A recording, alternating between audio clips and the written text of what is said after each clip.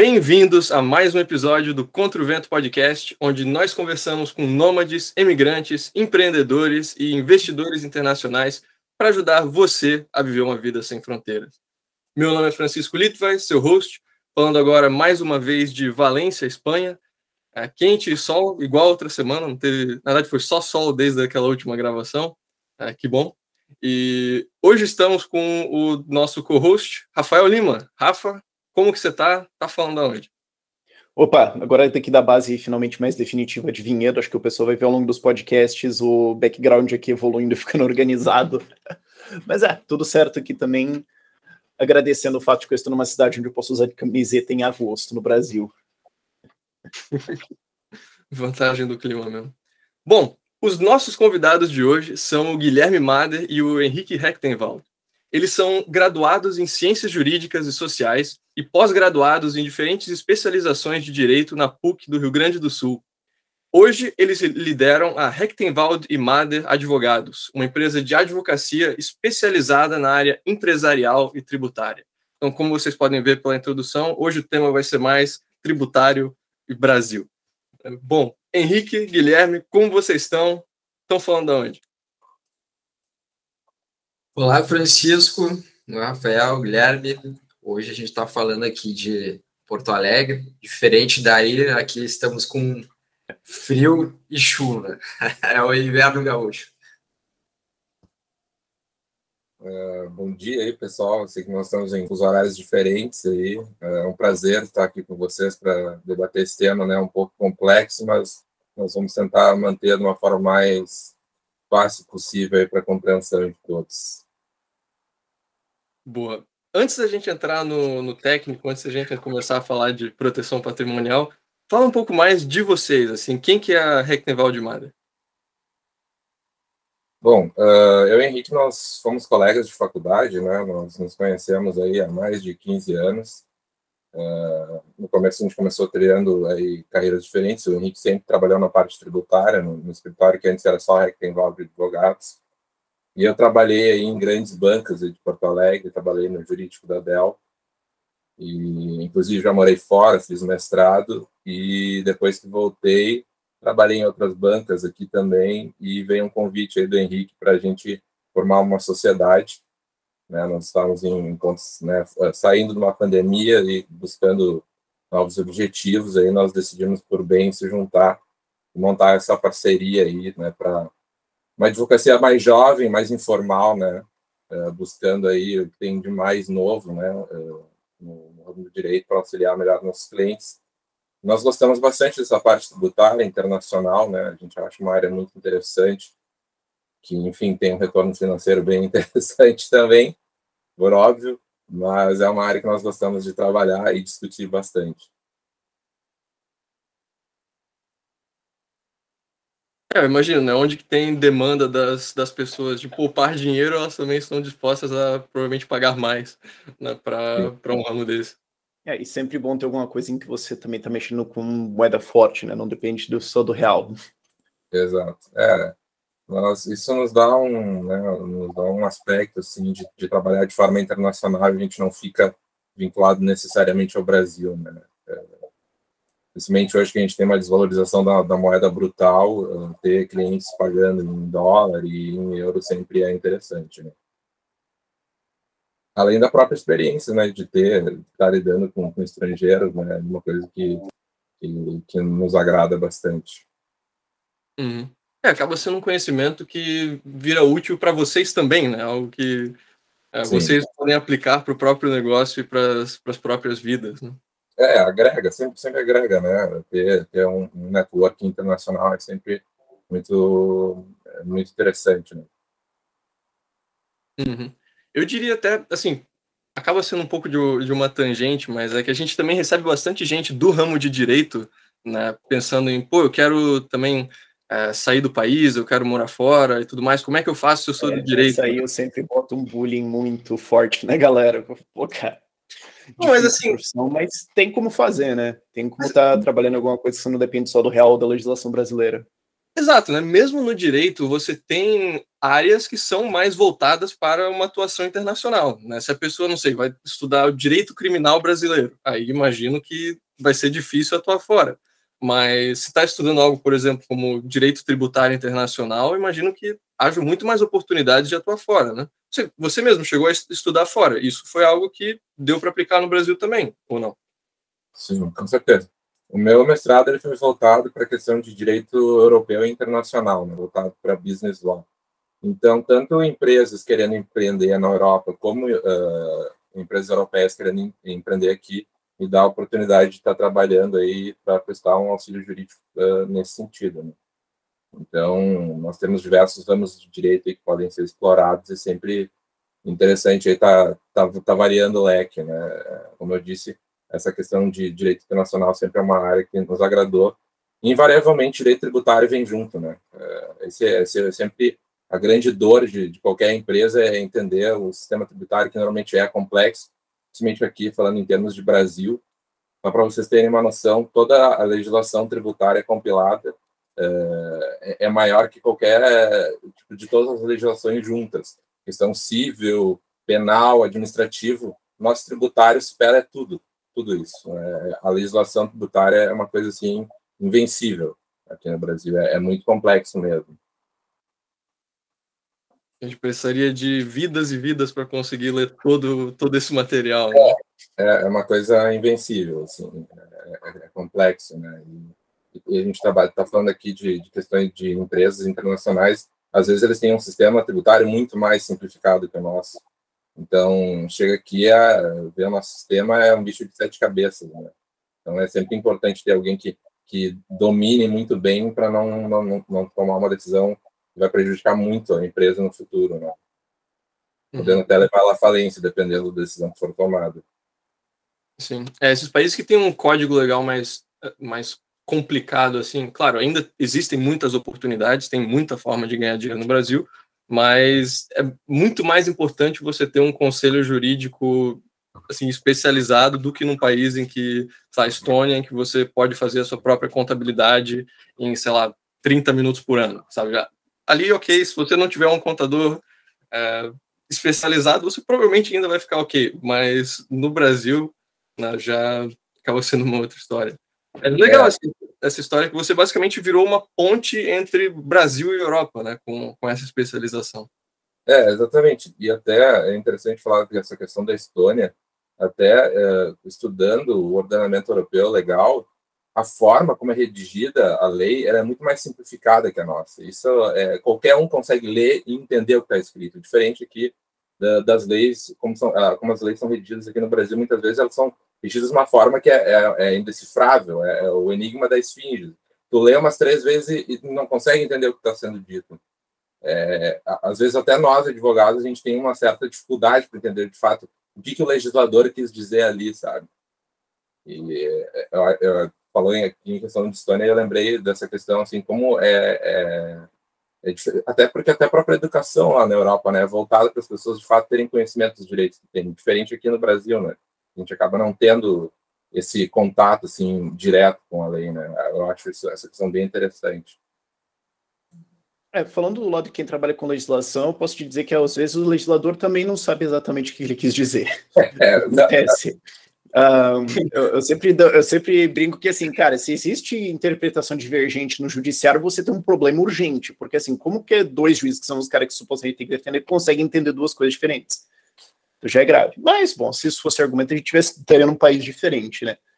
Mas, falando dessa ponte de Brasil-Europa, só para a gente entender, porque eu estou imaginando que a galera de direito pode estar pensando nisso, né? Como que é trabalhar nesse mercado? O que é esse mercado? A galera que está de direito está pensando nisso aqui, pode ser minha ponte. Eu sei que eu desvio um pouquinho do que a gente estava falando, mas como é que é para a galera que está entrando nisso? É um business? Dá para brincar nisso? Como é que é a entrada? Como é que é conseguir o negócio? Primeiro, assim, primordial, se quer entrar nessa área, tem que dominar o inglês, tem que saber falar fluente. Se não fala inglês, vai ser muito difícil conseguir prosperar nessa área, assim. Bom, e tem que correr atrás, né? Tem que estudar essa área. tem que ir atrás de cursos mais especializados, porque na faculdade se cobre isso de forma muito genérica, né? A gente tem uma cadeira sobre direito internacional que é dada de forma assim bem en passant, então tem que se especializar nessa área de fato, e de preferência, né, a gente tem diversos programas aí nas faculdades de direito que tem parceria com faculdades de fora, que oferecem um tipo de bolsa. Eu acho que esse é o primeiro passo a ser dado, né? Dominar o inglês é essencial, tem que ser feito isso, e buscar, de preferência, um programa, né, em parceria com alguma faculdade de fora.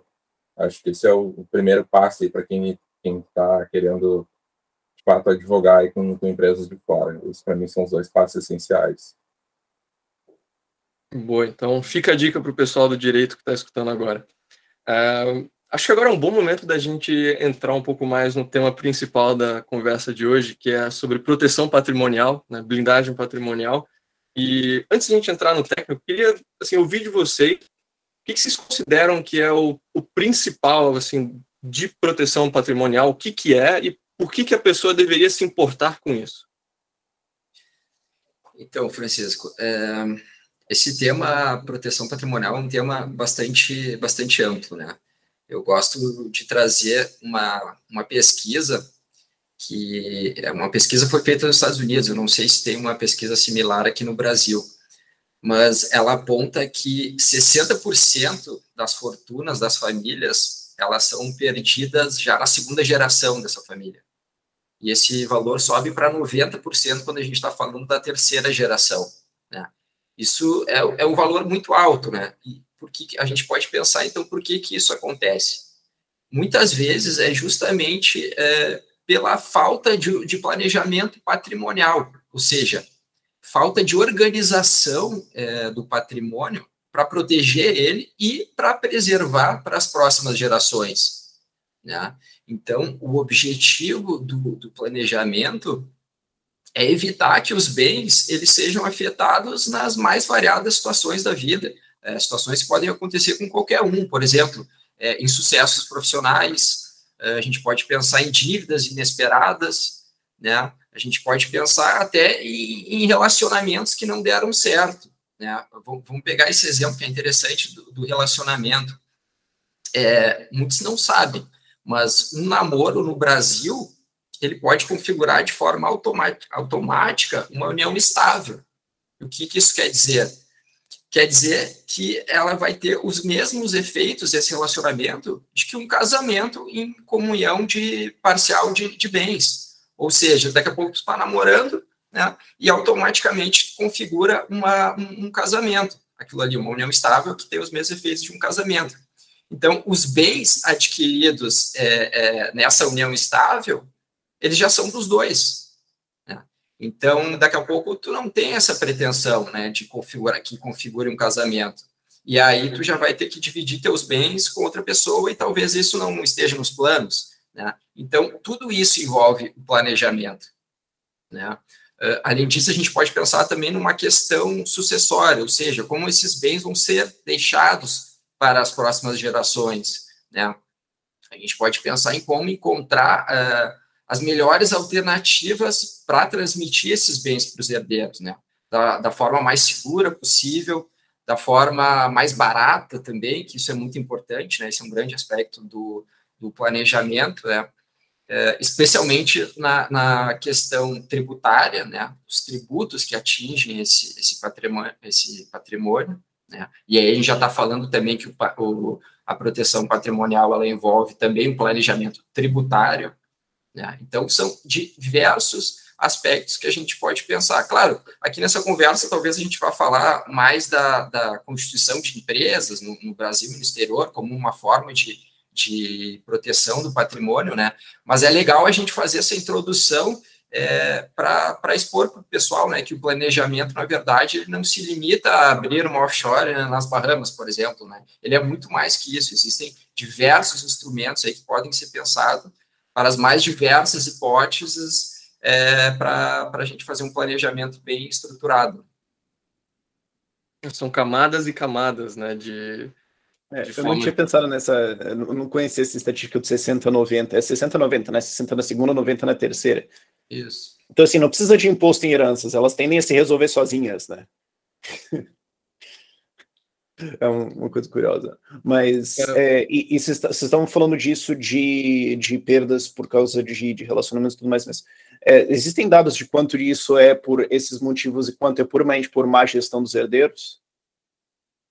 Não, esse número específico eu não tenho. O que seria de um, o que seria de outro, né? É que eu imagino que o nosso público já vai querer o follow-up só para ter o breakdown de dados. Mas só isso a gente pode pesquisar isso a gente pode pesquisar se existe, de fato, esse detalhamento maior, né?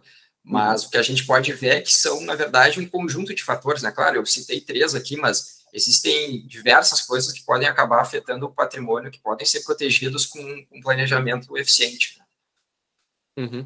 Eu só queria colocar isso porque eu sabia que o nosso público ia fazer essa pergunta, então eu tenho que colocar aqui para depois não vir, mas voltando, Francisco. Não, é só que é engraçado que boa parte das pessoas que vêm para a gente vem voltada também, assim, com bastante foco no tributário, mas tem esses outros vetores, né? O seu patrimônio ele pode ser atacado por terceiros, não só o Estado, pode ser por relacionamento, pode ser por uma ação trabalhista, pode ser por qualquer vetor de ataque que você consiga blindar ajuda a manter esse patrimônio para você e para as próximas gerações, né? E isso é algo que o que eu acho triste, assim, por experiência própria, é quando a pessoa começa a pensar nisso depois que a tragédia já aconteceu, sabe? Depois que, ok, já teve uma condenação, já, sabe, bloquearam o dinheiro na conta, e agora o que eu posso fazer? Cara, meio tarde, né? Então, acho que é importante ressaltar que quanto antes você começar a pensar nisso, maior a chance de que o seu patrimônio vai estar realmente protegido, né? O que eu vi falando no canal, falou, gente, por que a galera tem uma insistência em querer comprar bote salva-vida quando o barco tá afundando, né? Compra antes. Carro sem seguro você não tira da garagem, você é louco. Mas o pessoal esquece essas coisas, acha que não vai acontecer e tudo mais. Seguro existe por um motivo, é um custo importante. Eu acho que está no próprio nome, planejamento. Planejamento. Agora, no momento que está com a casa pegando fogo, não é mais planejamento, né? Salve-se, Deus gestão de crise, né? E vamos tentar salvar o que der. Só que, normalmente, dependendo da situação que esteja, né? Até tu mencionaste essa questão do processo trabalhista, é muito complexo, né? Porque aí a gente começa a entrar numa questão de uma figura que se chama fraude de execução. Então, talvez tu tome algumas medidas para tá tentando proteger esse patrimônio, mas não vai surtir efeito, né? Essa questão realmente é bem complexa. Isso a gente acaba vendo muito aqui, né, do pessoal, quando já está com o problema configurado, aí eles procuram um advogado para tentar resolver. Tu tem uma série de ferramentas para tentar resolver isso, né? Mas quanto mais cedo a pessoa vem, a pessoa tenta resolver, melhor. Mais ferramentas tu tem à disposição para tentar solucionar aquele problema, né? Quanto mais tarde ela vem, chega um momento que talvez tu não tenha mais ferramenta nenhuma para tentar solucionar aquilo ali, né? Então, é justamente isso que a gente tenta passar bem para o pessoal. Olha, procurem um advogado, procurem um especialista, tentem proteger o patrimônio, ou, enfim, qualquer outra área, né? Tentem trazer soluções antes do problema aparecer, né? Porque depois talvez seja tarde demais. Uma coisa que eu e o Henrique a gente reforça muito na nossa forma de trabalhar é que trabalhar de forma preventiva. Trabalhar antes do problema chegar. Porque aí tu tem muito mais margem para trabalhar, tu consegue desenvolver uma coisa com muito mais eficácia, né? Sem estar com um problema ali, já batendo na porta, realmente é muito mais fácil trabalhar dessa forma. Esse é um valor que a gente preza muito, né? Trabalhar de forma preventiva. Não, muito bom.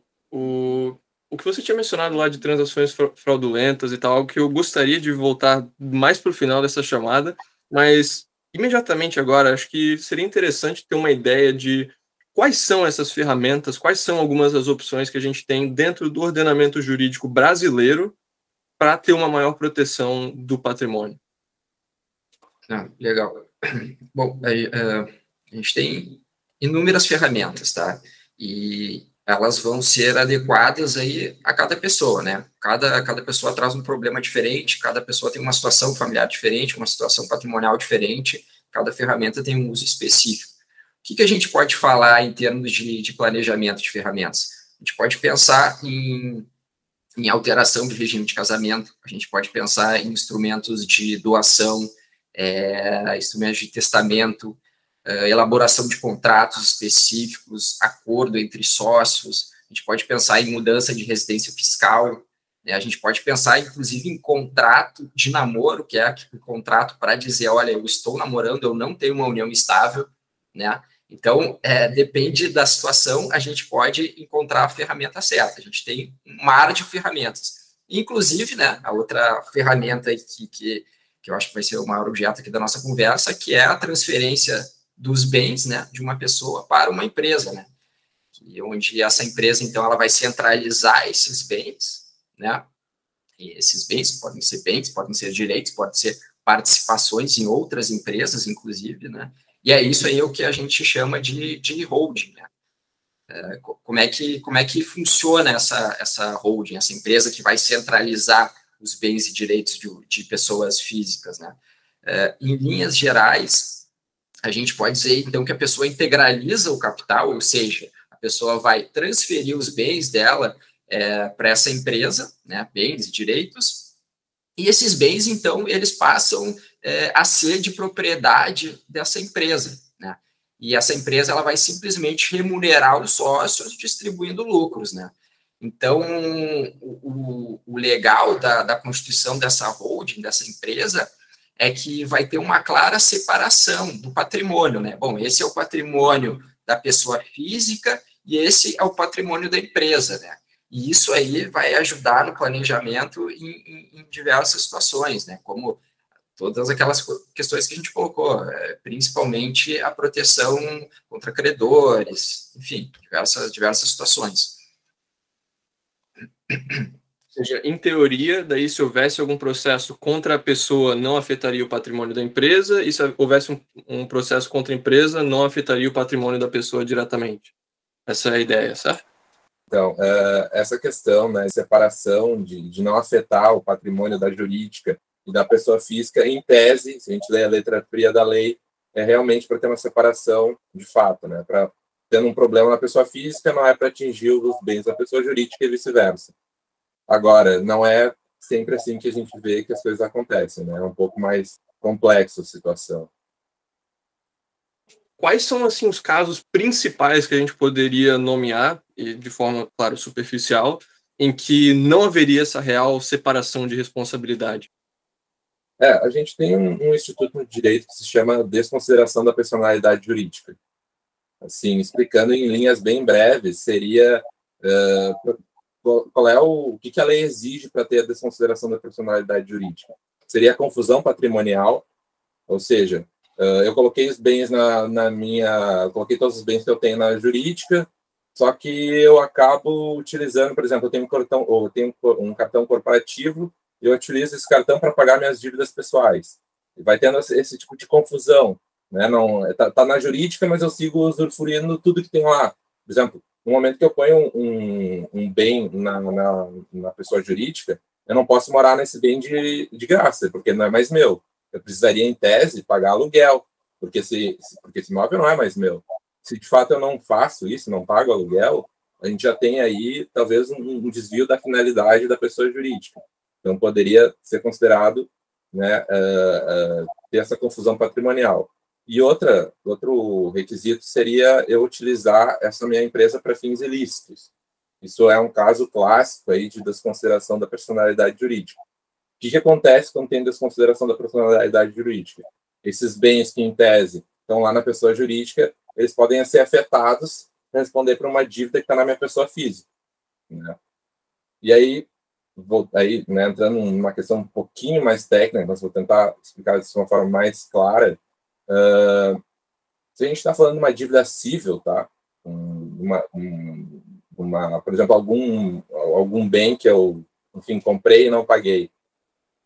Para tu ter uma desconsideração da personalidade jurídica no âmbito civil, ele é um pouco mais difícil, tá?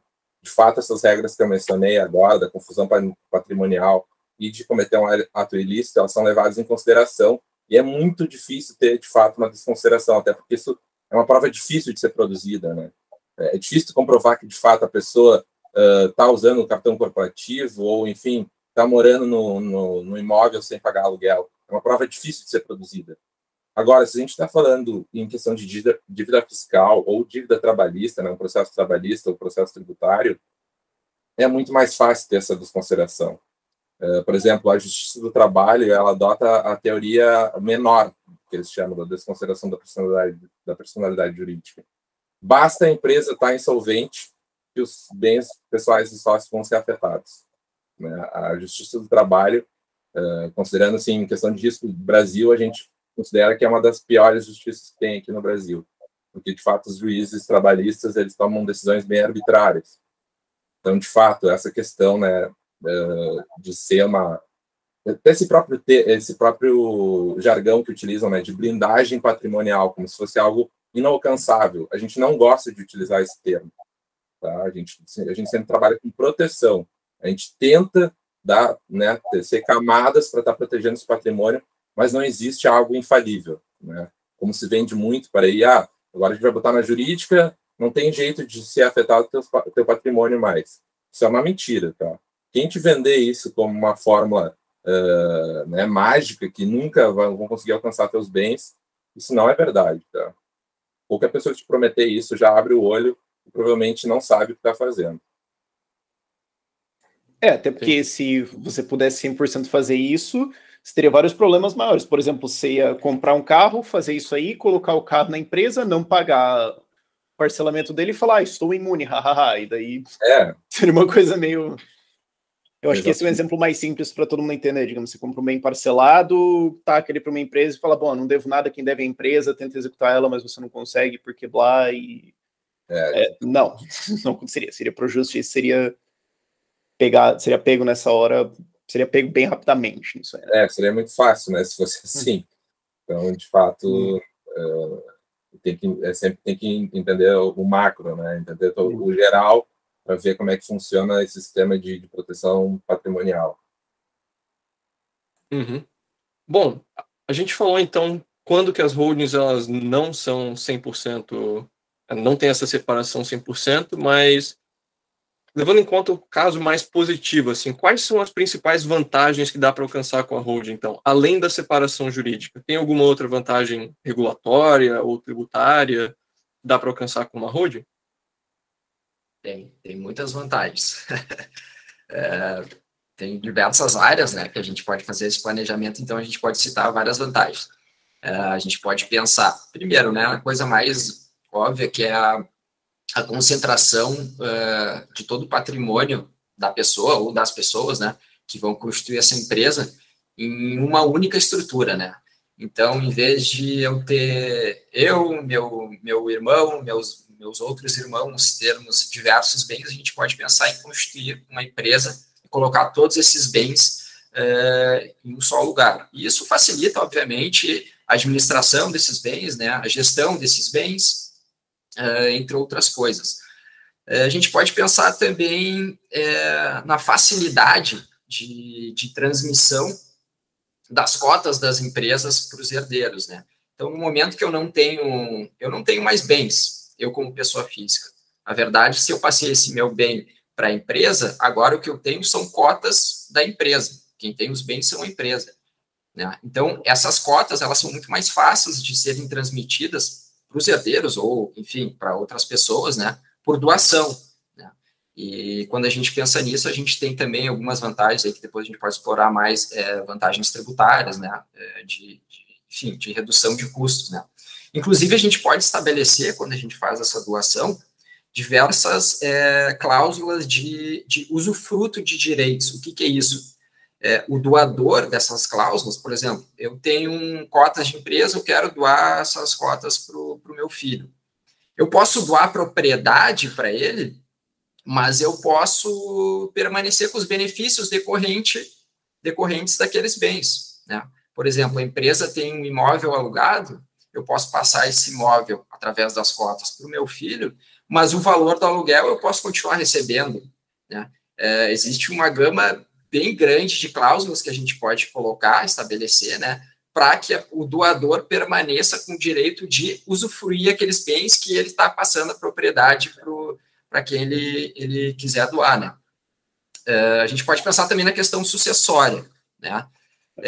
Evita, claro. Só para esclarecer uma coisa, a gente está falando do contexto de uma legislação brasileira, aqui principalmente, mas esse tipo de coisa a gente pode também fazer em outros países também. Você coloca em algum outro país e usa a legislação deles. Então, assim, nesse caso, é só para as pessoas entenderem que se a gente está falando primariamente na brasileira aqui, porque é mais o que a gente vai pegar, mas se a gente for brincar com outras legislações de outros países, não só a segurança desses contratos é melhor, mas você também tem mais possibilidades, né?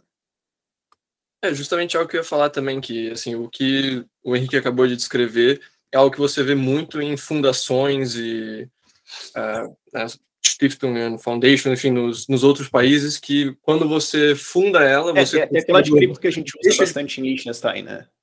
Liechtenstein, Suíça, Alemanha, enfim, que você, basicamente, ao fundar ela, a sua vontade, você consegue cristalizar ela ainda mesmo depois da sua morte, que ainda alguns desejos seus vão ser executados através daquela fundação, sabe? De que, não, meu filho vai receber isso aqui e tal pessoa vai ter direito a tal coisa, né? Você pode realmente definir como que vai ser usado esse patrimônio no futuro também através de uma estrutura dessa.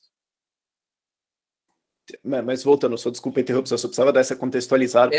De fato. Peraí, isso aqui no Brasil, aonde? Como é que é? Eu preciso ser brasileiro, e se eu sair e tal? Perguntas que a gente está acostumado que surgem. A gente tá falando mais, eu estava falando mais no caso de empresas de fato no Brasil, né?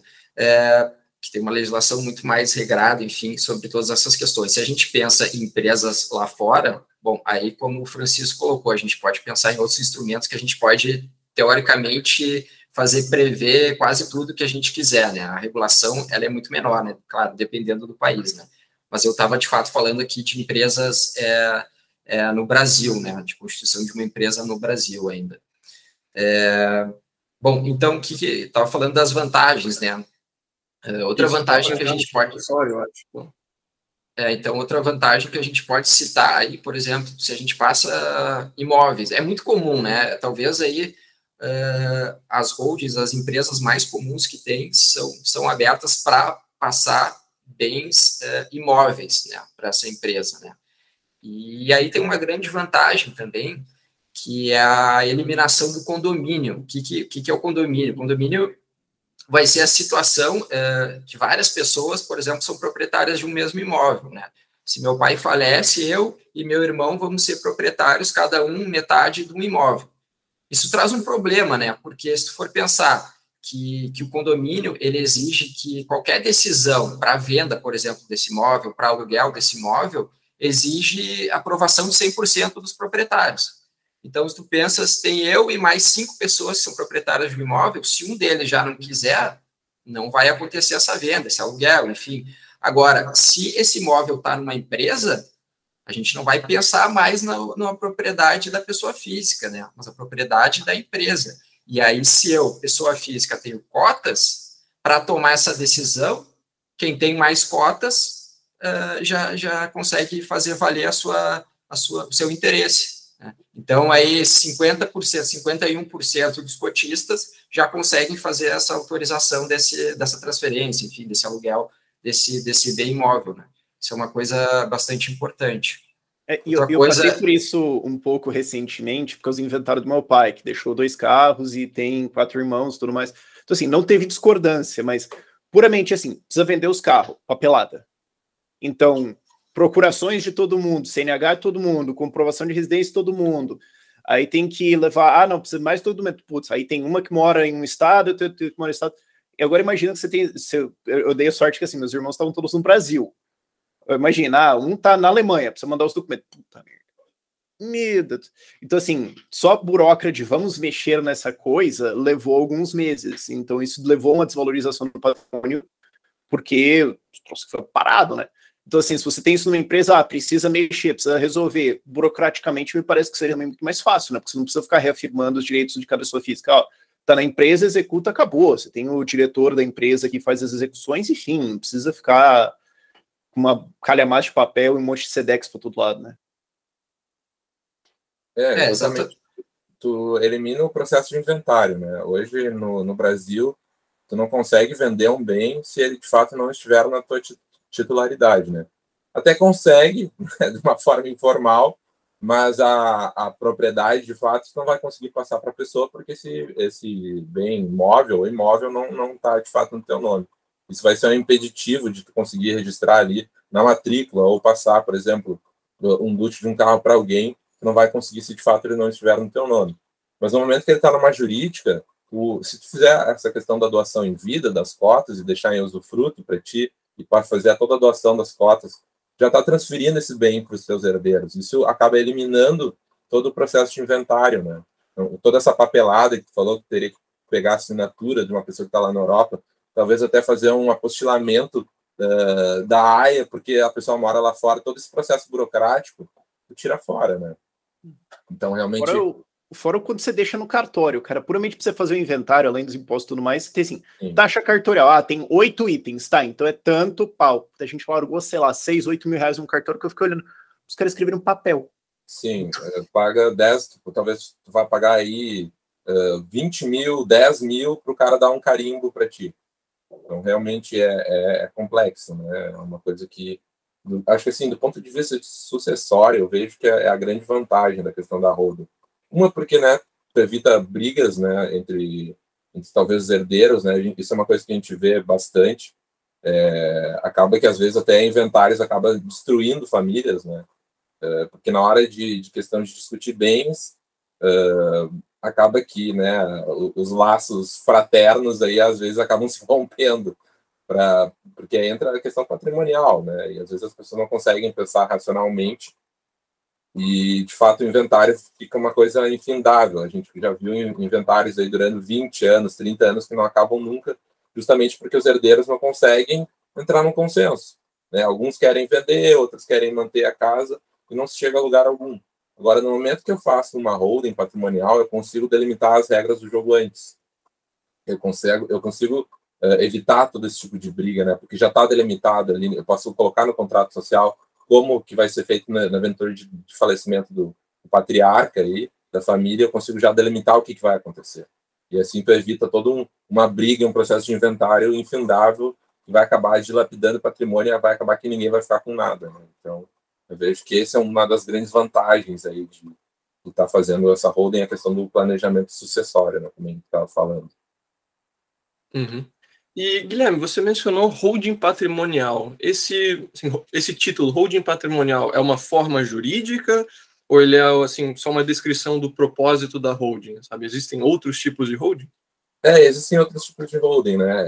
Assim, o que é uma holding? Holding é uma empresa, né? A empresa, ela serve para concentrar a titularidade de um bem ou de algum direito, né? Pode ser, eu posso ter holdings, por exemplo, uma holding pura, né, no que eles falam. Ela tem o controle acionário de diversas outras empresas e ela faz a gestão, ela pode fazer essa gestão das outras empresas, ela pode distribuir lucro para os sócios que estão nessa holding.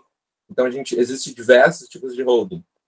E a holding, né, que está mais em voga agora, mais famosa, é de fato a holding patrimonial que as famílias usam, né? Até eles falam a holding patrimonial, a holding familiar, também, né? Que é o nome que se deu. Mas holding nada mais é que uma empresa, né? Empresa, tu consegue delimitar a forma que ela seja. Se vai ser uma sociedade anônima, se vai ser uma sociedade limitada, enfim. As possibilidades são infindáveis aí, dos tipos de holding que existem. Entendi. E então, assim, basicamente todos os tipos de ativos podem ser abrangidos por uma holding. Não existe nenhuma limitação do que tipos de ativos ela pode ter se ela for uma holding patrimonial. Via de regra sim, né? Nós temos quase praticamente tudo pode ser integrado aí numa holding. Ok. E aqui, diga. Não, só para complementar o que o Madre falou, assim, de fato, né, a gente pode colocar na pessoa jurídica, na empresa, o que a gente quiser, tá? Claro que tem aquilo que vai ser mais vantajoso e tem aquilo que vai ser menos vantajoso, né? E em relação a isso, a gente pode pensar, por exemplo, uma coisa que seria o que é mais feito, né, seria a transferência de um imóvel, por exemplo, né? Por que é vantajoso ter um imóvel na pessoa jurídica ao invés da pessoa física? Claro, tirando todas aquelas questões que a gente falou de uma melhor proteção contra credor, enfim, todas aquelas questões, o aspecto aqui talvez mais importante seria o aspecto de redução de custos, né? Se a gente vai pensar, por exemplo, temos um imóvel que a gente aluga. Se a gente alugar esse imóvel for propriedade da pessoa física, a gente pode pagar aí até 27,5% de imposto sobre esse aluguel, né? E se esse mesmo imóvel ele tiver uma pessoa jurídica, esse valor de imposto aí ele vai estar reduzido a mais ou menos 11%. Né? Então, aí a gente já vê uma grande redução. E não só no aluguel desse imóvel, também na venda. Né? A gente tem uma carga aí de aproximadamente 6, 7% de imposto sobre a venda em uma empresa, de um imóvel de uma empresa, né? E na pessoa física aí a gente vai ter uma variação, dependendo do valor da venda, né, de 15% a 22,5% de imposto. Né? Então, tanto no aluguel quanto na venda, é bastante vantajoso ter o imóvel na empresa, né, ao invés da pessoa física. Então, além de imóvel, o que é mais comum? O que o pessoal mais nos pergunta? E essa do imóvel, até desculpa interromper, mas essa do imóvel é um negócio que, assim, é super simples e pouquíssima gente faz, né? Você vai ver contrato de aluguel de imóvel, o cara tá com imóvel na pessoa física, mas paga imposto de renda, abre, o que custa? É uma perda... O que a gente vê aqui, Rafael, talvez uma questão que explique bastante, é que a pessoa vai ter que constituir uma empresa, né? E isso já assusta muitas pessoas, né? Eu vou precisar constituir uma empresa para passar o imóvel, daí eu vou ter os custos de contabilidade, vou ter os custos de abertura dessa empresa e tal. E, de fato, ela vai ter sim esses custos, né? Claro que tu não chega lá, abre uma empresa e esquece. Não, tu vai ter que fazer a contabilidade dessa empresa, tu vai ter que ter uma assessoria contábil, né? Então, o mínimo de trabalho talvez tu tenha, né? E dependendo também do valor que tu vai poupar, e aí tu tem que, inevitavelmente, tu vai ter que fazer a conta, vale mais a pena eu abrir uma empresa, tendo os custos da empresa, para reduzir o imposto que eu pago sobre a venda e sobre o aluguel de um imóvel, ou vale mais a pena eu pagar esses custos um pouco maior, mas não ter os custos de abrir uma empresa. Então, isso também faz parte do planejamento, né? Fazer essa conta para ver o que vale mais a pena. Mas essa questão de, precisar abrir uma empresa é uma coisa que assusta muitas pessoas. Na verdade, é uma coisa bastante simples abrir uma empresa, né? Uhum. E para essa conta, assim, o que mais a gente pode levar em conta, além dos imóveis, que você ia falar também? Assim, que outros tipos de ativos ou de impostos podem ser otimizados através de uma holding? A gente pensa também, além de imóvel, né, uma coisa que o pessoal sempre nos pergunta é a questão das aplicações financeiras, né? Tanto aí aplicações financeiras no Brasil quanto aplicações no exterior, né?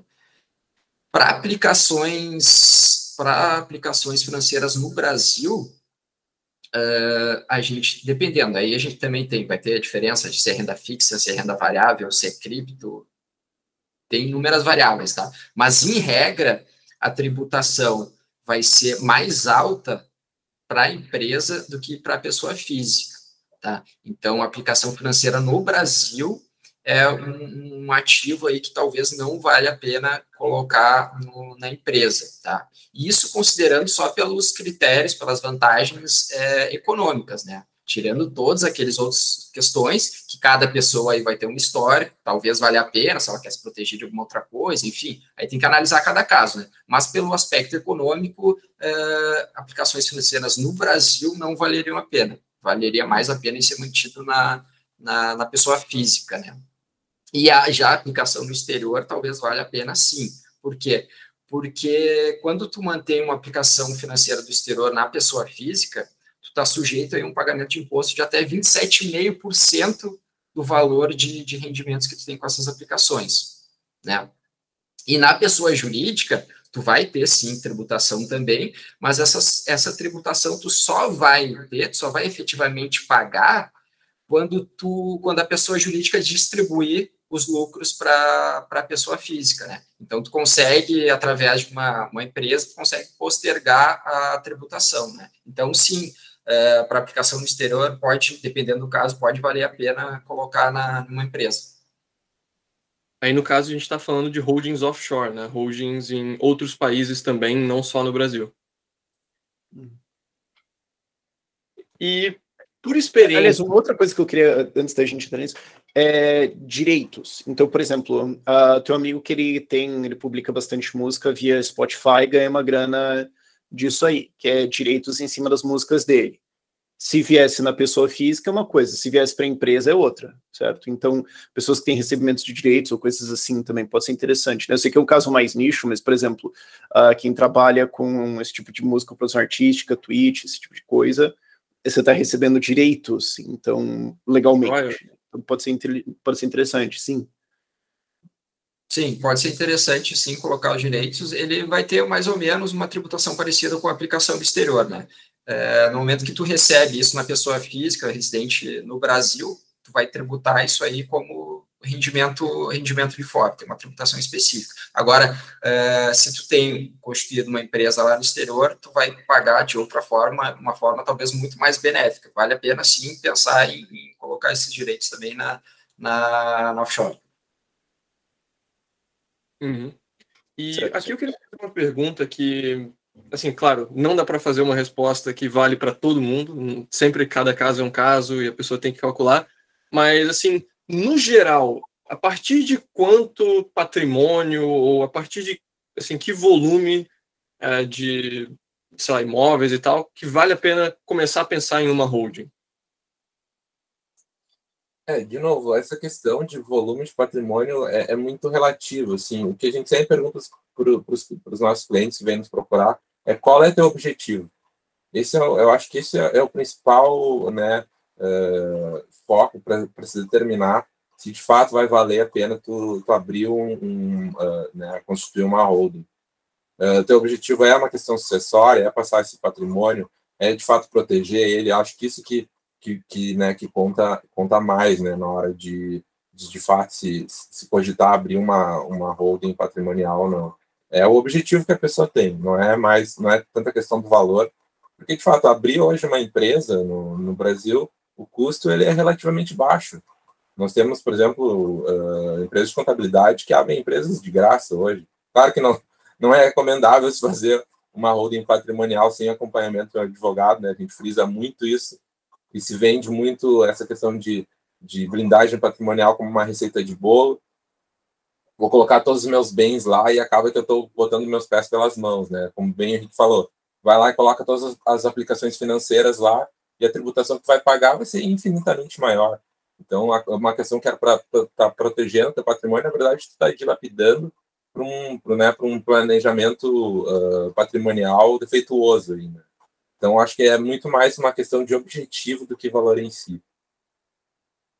Mas então... eu acho que outra coisa também que quando ela surge, digamos assim, você está no meio do processo de herança, ou, sei lá, de alguma forma, outra parte, outro advogado, um juízo, você caiu numa área fina, etc., o fiscal, o auditor vai olhar e falar, o cara tem uma holding. A conversa vai acabar de mudar, porque o cara vai falar, peraí, que isso aqui ficou interessante. Eles vão trazer umas armas maiores. Então, se você está fazendo isso me parece o tipo de coisa que dispara um alarme, né? Então, se você está fazendo isso sem um aconselhamento muito bom, o cara que vai estar do outro lado de você, tentando entrar de você, vai ser um cara muito melhor do que você, provavelmente. Então, tem ajuda. Essa questão de holding offshore, infelizmente a gente tem uma pecha aí um pouco ruim aqui no Brasil, justamente porque normalmente vem ligado a escândalos de corrupção, de políticos corruptos, né? Então, acaba que realmente tem um pouco dessa visão meio enviesada, né? De ser uma coisa ilegal. Mas, assim, reforço muito, não é ilegal constituir uma holding para integralizar teu patrimônio dentro dela, assim como também não é legal ter uma offshore em paraíso fiscal. Isso é plenamente legal de ser feito, né? Conquanto tu observe as regras que determinam a legislação brasileira. Se tu declara essa tua offshore, tu tem todo o teu direito de estar protegendo teu patrimônio, colocando, né, os teus ativos fora do país. Isso é completamente legal, é plenamente possível. A gente sempre bate muito nessa tecla aí, né? Uhum. Mas, então, só para refrasear a última pergunta, acho que colocar de uma forma que seja mais voltada ao nosso público. Não precisa ser multimilionário, então, para querer abrir uma holding. certo? Eu não preciso ser ricaço com iates e jatos para Exatamente. estar numa holding. Exatamente. Basta querer, né, proteger seu patrimônio, ter aí patrimônio é um negócio que a gente constitui durante a vida inteira, né? Sempre se quer proteger. Eu acho que, principalmente agora que a gente está numa situação, né, política bem conflituosa, eu acho que é sempre interessante. A gente não sabe o que o futuro nos aguarda. Eu acho que é sempre interessante ter né, uma rota alternativa. Se eu precisar sair do país amanhã, não seria talvez interessante eu ter um dinheiro lá fora? Eu acho que essa é a grande questão, né? A gente nunca sabe o que o futuro nos aguarda. A gente está vivendo um período de grande instabilidade, né? Então, acho que é essencial aí para quem, né, já está com um patrimônio aí bem constituído, cogitar essa possibilidade, né? Eu tava até conversando com uma pessoa sobre isso semana passada. Eu tô nessa situação. Então, assim, digamos, dependendo do próximo governo que pode acontecer aí, eu posso ser perseguido de alguma forma. Então, eu preciso pensar, ok, como é que eu vou ter que me situar? Porque a galera pensa, não, isso aí é super remoto. Então, para mim, não. Para pessoas que estão falando coisas incômodas, para pessoas que querem não só abaixar a cabeça, isso pode ser necessário. E volta para aquela coisa que a gente estava falando lá no começo. Quando você precisar, geralmente já era. Então, é bom você ter isso estruturadinho, né? Eu digo, por exemplo, o caso de... Aconteceu no Líbano, aconteceu na Argentina, né? Caiu as reservas de dólar, a moeda está sendo controle e tudo mais. O Banco Central acabou de colocar controles em todas as contas do Brasil, você não pode mais sacar, você não pode mexer. Mas eu tenho meus dólares aqui. O governo disse que você não pode mais mexer. Tá, beleza. Então, ainda bem que você já está em outra jurisdição, não é mais vulnerável a isso, né? Então, ela pensa, quando der problema eu saio. Não, quando der problema, quem está restringindo lá em cima pode já fechar antes, sabendo que vai acontecer isso, tá? Isso é a realidade hoje lá na Argentina, no Líbano deu de, você pode ter conta em dólar, pode. O governo tá falindo, convertemos todas as contas em dólar de todo mundo para, sei lá, qual que é o peso libanês lá, não sei qual que é a moeda deles, pronto, todo mundo perdeu todos os seus dólares. Então, assim, você tinha uma reserva, legal, na jurisdição de quem pode te atacar, parabéns. Sim. Exatamente, falando até em termos de Brasil, a gente está aqui 40 anos atrás, a gente teve um congelamento de todas as poupanças, o dinheiro virou pó. Então, não é uma coisa que está longe, né? Até falando do próprio Canadá, no Canadá, o presidente lá congelou as contas de quem ia protestar. Por mais que, né, se discorde do que está se protestando, é uma atitude totalmente totalitária, né? Então, se tu não tem uma reserva fora, tu não tem um planejamento, assim, uma proteção, assim, a nível internacional, realmente tu fica sujeito a qualquer desmando do estado onde tu vive. Não só foi de quem fosse protestar, se você fosse suspeito de ter mandado uma doação para os caras que estavam fazendo os protestos e tudo mais, e salvo engano, eu acho que assim, se você tem um restaurante e você atendeu os caras, você estava sujeito, você está ajudando. Então, assim, e Canadá, a galera pensa, não, mas Canadá fez isso. Nós estamos na América Latina. Por isso que a gente não pode pensar também na questão de constituir ou não uma holding só em termos aspectos financeiros, né? Tem toda essa questão, essa preocupação que pessoas têm mais ou menos, né? Que podem também ser determinantes, né? Para essa decisão de constituir ou não uma empresa. Uhum. E aqui eu gostaria também de ressaltar algo que também está muito envolvido em proteção patrimonial, que a gente fala muito de holdings offshore, mas também tem a parte das contas offshore, né? Seja para você ou para sua empresa. É importante mencionar para as pessoas que você quer ter dinheiro no exterior, você quer ter uma reserva em dólares ou euros, mas é importante que você realmente diversifique a jurisdição dessas contas também. Porque, por exemplo, se você está com uma conta, sei lá, você tem uma conta em dólar num banco brasileiro. Ok, legal, você está com acesso ao dólar, mas se alguma coisa acontecer dentro do sistema financeiro brasileiro, se vier alguma ordem, sei lá, do Banco Central ou do governo, aquilo ali você não tem controle. Né? Então, se você quer ter uma reserva em dólares e euros e quer estar realmente protegido da sua jurisdição, que essa conta esteja em outro país, né? Não no mesmo país que você está, porque senão você não está realmente diversificando de forma internacional. É bem interessante essa questão que tu tocou, né, Francisco? É justamente tirar os teus bens da jurisdição brasileira. E, assim, até mandando, por exemplo, abra uma offshore, integraliza o capital dentro dessa empresa, e ela não está mais sob a jurisdição brasileira. Na eventualidade de eu estar sofrendo algum tipo de processo, alguma execução, é muito mais difícil para o judiciário brasileiro chegar nesse valor. Porque aí eu dependo que o Brasil talvez tenha um tratado internacional de cooperação com esse país, eu dependo de um procedimento que a gente chama de carta rogatória, que ele precisa ir lá para o Superior Tribunal de Justiça para ser homologado. Isso demora anos e anos para acontecer, e muitas vezes nem tem sucesso. Então, realmente, trabalhar com essa hipótese de proteção internacional, né, de estar constituindo uma offshore, um trust, que seja a própria fundação que vocês mencionaram, realmente eu acho que é o que a gente tem hoje de mais sofisticado quando a gente fala em questão de proteção patrimonial, né? A gente até pode pensar, tá, mas a pessoa física, na verdade, ela vai continuar com as cotas da empresa, da offshore, né? Então, e o credor não pode penhorar as cotas?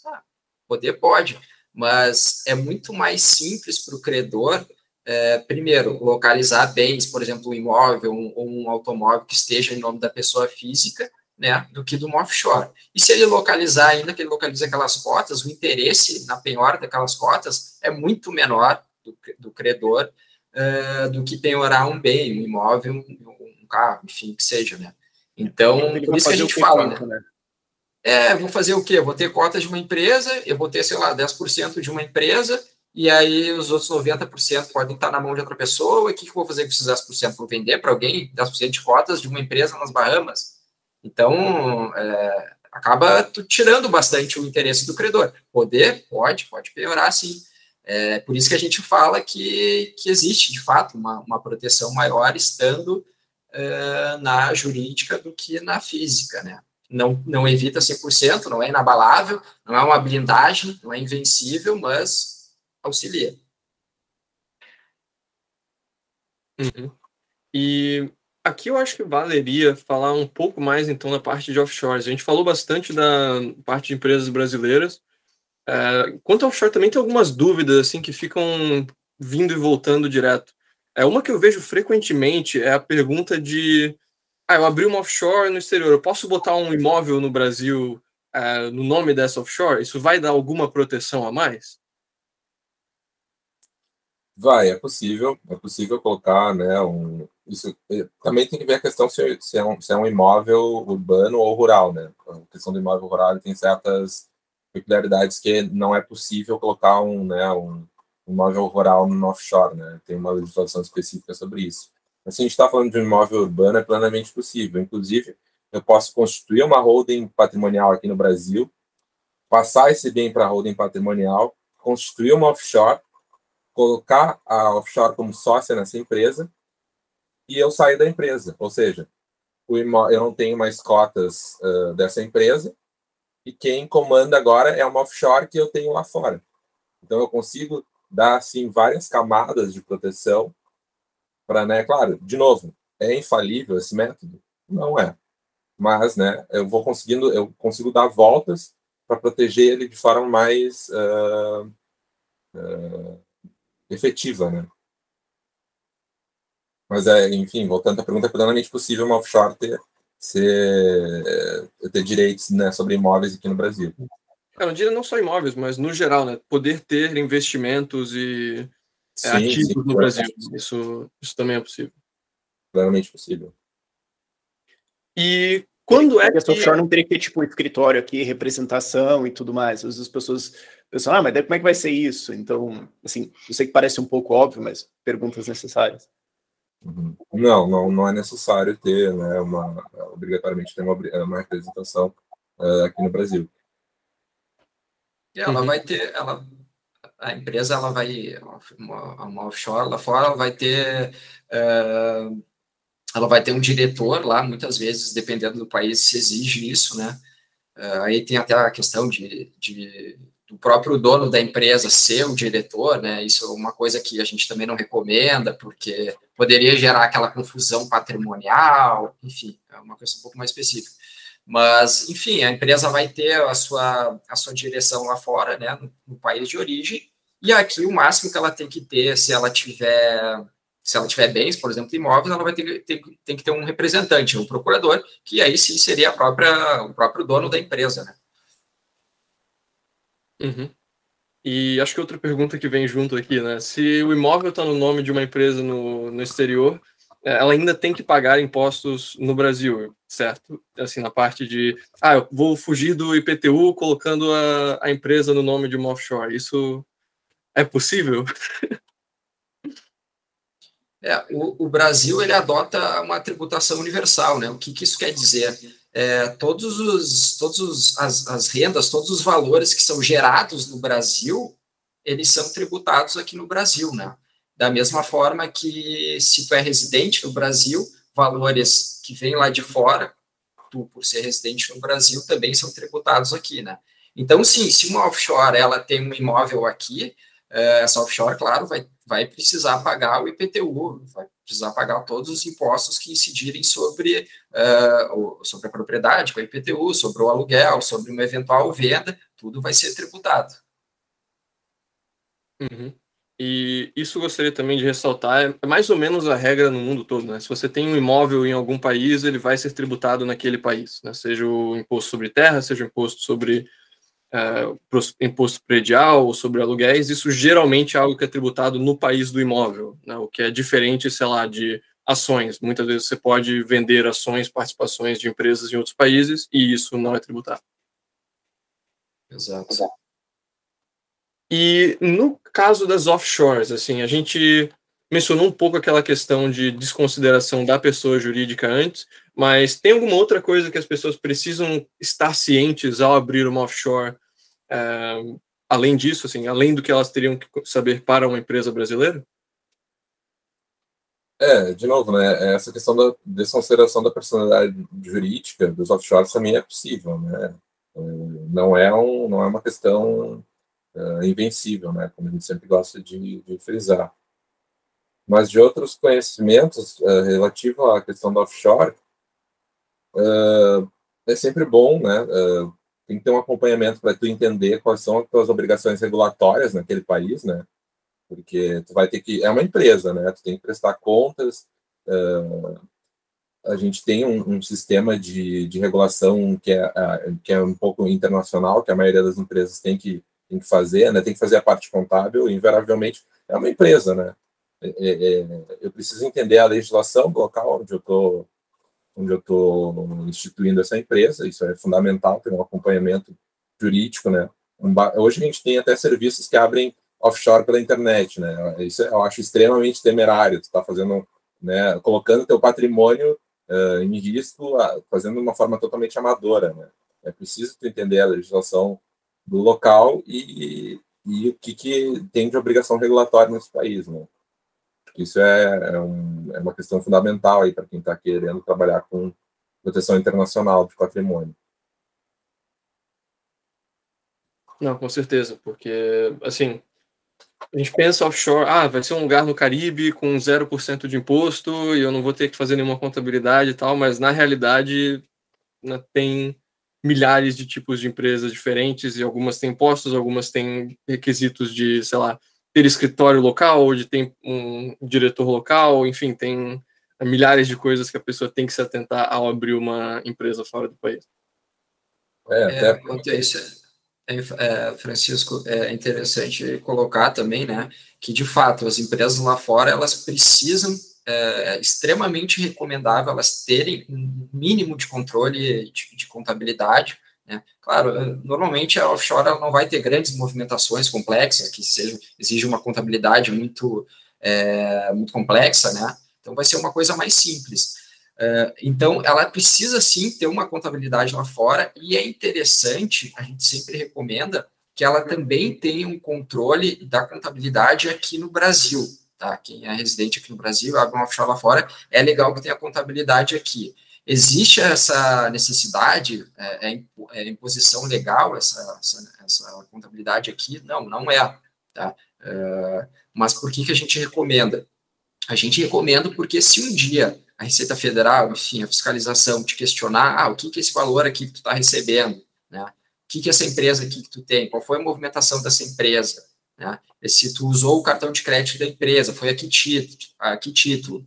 Se tu tiver isso registrado na contabilidade, a contabilidade ela faz prova a teu favor. Então, tu consegue esclarecer, não, a receita está aqui, ó, isso aqui foi uma distribuição de lucros da minha empresa, que eu sou sócio, ela está declarada no meu imposto de renda, essa empresa, né? Então, tu vai ter diversas formas aí de tu comprovar que tu está, de fato, fazendo tudo dentro da lei, né? Como exige a lei, né? Então, aí a Receita não vai conseguir te impor aí uma tributação diferenciada só pelo fato de tu não ter nenhum esclarecimento do que está acontecendo com a empresa, tu não ter nenhum controle contábil aqui no Brasil, né? Então, é importante, a gente sempre recomenda. Não é necessário, mas é importante ter esse controle, né? Exato, é sempre importante assim ver não só o que o país em que você vai incorporar a empresa pede, mas também o que é recomendável para onde você está morando. Se você mesmo mora, sei lá, nos Emirados Árabes ou no Panamá, que não liga nem um pouco para offshores, é uma coisa. Agora, se você vai morar num país, sei lá, Alemanha, que só de ter uma empresa fora do país, a receita deles lá já te olha com maus olhos, você tem que realmente ter uma ciência do seu contexto pessoal, de onde você mora. Exatamente, até essa questão de ter, né, colocar o patrimônio numa offshore, muitas vezes a gente utiliza também a ferramenta da offshore e do trust por cima, né? Porque dependendo do país que tu instaurar essa offshore, talvez o procedimento de abertura de inventário seja caríssimo, ou pode ser muito lento também de passar essa titularidade para os herdeiros, e talvez tenha que procurar um advogado nesse país para fazer esse procedimento, né? E com a trust, colocando uma trust em cima do offshore para, de fato, gerir esse patrimônio, tu consegue fazer isso de forma muito mais célere, né? Com certeza. E, assim, para quem está ouvindo agora, tem muitas formas de offshores, de assim, empresas, trusts, fundações, associações, cooperativas, assim, as possibilidades são enormes, então realmente vale a pena ir atrás de alguém que entenda da parte de fora e também pegar um bom advogado, um bom contador para o seu próprio país. Daí você está protegido, digamos, dos dois lados. Boa. Rafa, do seu lado, alguma outra pergunta em relação a holdings, em relação à proteção patrimonial, offshores?